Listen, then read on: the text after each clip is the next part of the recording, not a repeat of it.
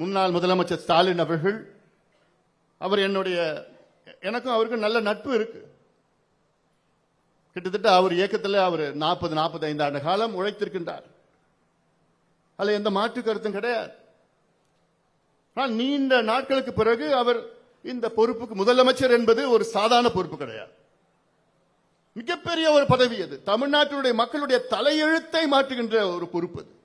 அந்த பொறுப்புக்கு வந்த பிறகு மக்கள் பிரச்சனை என்னவென்று அதை தெரிந்திருக்க வேண்டும். ஸ்டாலின் அவர்களுக்கு அது தெரியவில்லை. ஆட்சி அதிகாரம் அவர் கண்ணை மூடிச்சா இல்லன்னு அதெல்லாம் இப்ப என்னால வாதம் பண்ண முடியாது. ஒரு முதலமைச்சராக நீ இருக்கிறீங்க, உங்க கூட இருக்கிறவங்க நல்ல அமைச்சர்களா நீ நியமனம் செஞ்சிருக்கணும். சேகர் பாபு மாதிரி இப்ப ஒரு அமைச்சர் வச்சுக்கிட்டு நீங்க என்ன பண்ணிருப்பீங்க? செந்தில் பாலாஜி வச்சுட்டு நீ என்ன பண்ண போய் பண்ணி, உங்களுக்கு என்ன ஏவாவேலு போன்ற ஒரு அமைச்சர், அதுக்கு எல்லா இலாக்காவும் அவர் கொடுத்து, அவர் அவ்வளோ பெரிய திறமசாலியா ஏவாவேலு? அவர் எந்தெந்த கட்சியில வந்தார் போனாரு. அவருக்கு எல்லா இலாக்கா என்ன உங்களோட நோக்கம் என்ன?